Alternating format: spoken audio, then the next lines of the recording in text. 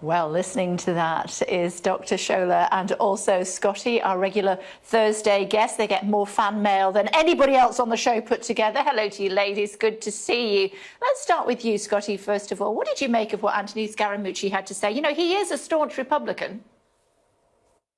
Well, he is a staunch Republican, but I want to correct something, Kay, because, you know, it's interesting. I debated Anthony Scaramucci for several weeks on air when President Trump came down that when he came down the golden staircase, and he was not a fan of President Trump, and that was there in 2015. I think what you're seeing is a classic case of jealousy.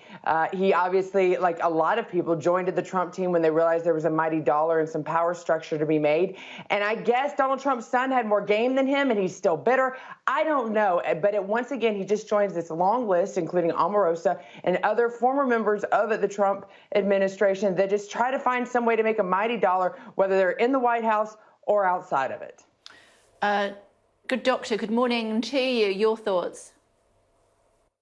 Look, Scaramucci, listening to Scaramucci just honestly just makes me laugh, especially with the, the issues that Scotty has raised. I'm thinking, look, this is a man like Scotty right now, who used to defend, Donald Trump with such strong loyalty. Maybe his eyes have opened. Maybe for some reason he now wants to tell the truth. There is nothing he's saying that we can deny. And anybody who's not lost their God-forsaken minds will know that he's speaking truth. Now, whatever his objective may be, or his aim may be, whether this is some strategy for his own personal aim, for me, it's neither here nor there, because everything he's saying about Trump's lunacy is exactly what I've been saying. It's exactly what many people have been saying, and it's not something that's come out of the air. There is evidence to back this up. So look, as far as I'm concerned, what he said is true, and all of this bickering amongst Republicans as to whether or not Trump is, he's a good man or not, that only brings down that party. Because if you can continue to support someone like Donald Trump, who's done far worse for America than any other, recent leader, then I think there's a problem with the party itself. Scotty, we've just seen this latest audio being released where the president says that he deliberately played down the coronavirus and said it was 5 times more deadly than your normal flu, in his words. He's also said that he's expecting there to be a vaccine for COVID before the November election. What's he up to?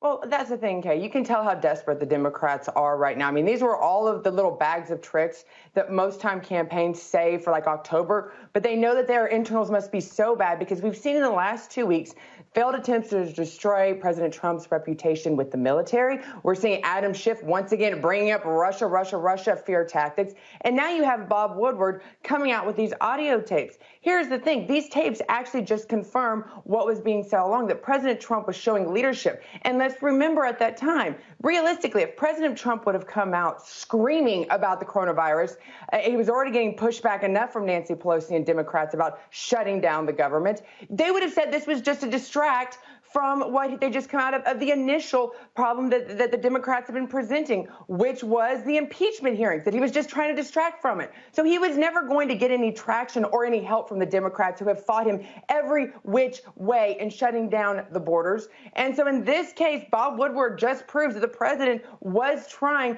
to be a leader, not invoke fear in this country, while at the same time trying to put actions in protecting this country that the Democrats fought every single step of the way until it was already a major problem here in the United States. Oh, my goodness, Scotty, come on. I know you and I disagree on a lot of things when it comes to Trump, but I'm sorry, this is just a new level of what the heck. How can you not see that Trump himself, by his own words, has convicted himself of the gross crime of lack of leadership, of the gross crime of incompetence? You can't blame Bob Woodward or the Democrats for words that came out of Donald Trump's mouth, that he knew how serious this coronavirus was, but downplayed it all through this last month, including the way he continues to downplay wearing masks. Think about it for a second. They're close to 200,000 Americans have died from COVID-19, and you have over 6 million confirmed cases. This is at the buck stops with Donald Trump, and he's responsible for the preventable deaths here. How you can blame anybody else but Trump is honestly beyond me. Trump, anybody, let me just put it this way, anyone who takes his word at a vaccine as honest to God lost their God-forsaken minds. Because you should know, and everyone should know, that he's touting a vaccine purely for his re-election campaign at the cost of safely delivering this through a scientific process that will ensure an effective vaccine is provided to Americans. And the Democrats are doing what they ought to do as an opposition party, which is to challenge, scrutinize, and hold the government to account on its plans, if any. Think about it. You want a vaccine that is delivered cost-free, equitably, and allocated, distributed properly to all Americans that need it. Donald Trump is not coming up with any such plans. Look, these tapes by Bob Woodward's tapes show that Donald Trump deliberately misled Americans. Goodness, he's at the heart of thousands of Americans dying. This is not someone that should be hailed or defended. This is somebody that, quite frankly, should be thrown in jail. That's what we should be doing. Kay, we got to give Trump some credit, because what he's doing right now, he's making the Democrats actually become anti-vaxxers. And listen, I'm no fan of this vaccine. I probably will definitely not be the first one in line for it. In fact, I won't even probably be in line for it. But what you're showing is, once again, he's trying to show that there is hope, there is progress coming forward. I am actually very skeptical that there will be a vaccine ready for major distributions before Elections Day. I agree, there is a process to go for it. But for him to not be ambitious and continue to try to push that idea and give hope is just, that is what a leader does. Unlike what the Democrats did all along, including Nancy Pelosi, who was pushing, even in March, this idea of not having a ban that shut down our country. Probably the #1 way we could have prevented, that was not even encouraged. That was, hold on, I allowed you to talk. That she actually, the #1 way these countries could have protected the spread of this virus, despite what the World Health Organization was saying, was to shut down their borders. And yet the Democrats fought Trump all along. You know what? The idea of the numbers of 180,000,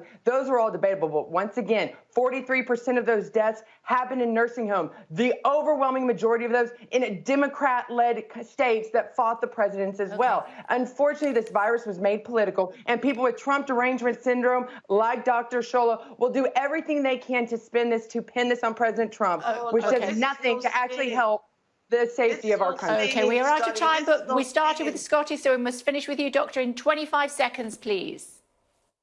This is no spinning. Donald Trump is responsible for his lack of leadership, not the opposition to him. It is his plans or lack thereof that has brought over close to 200,000 Americans dead from COVID-19. This is a man that you should get out of office now.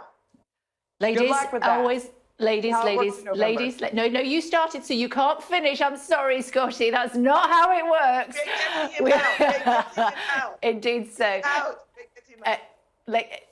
Don't push it, Doctor, don't push it. It's good to talk to both of you. Thank you very much, ladies. See you next week. Thank you.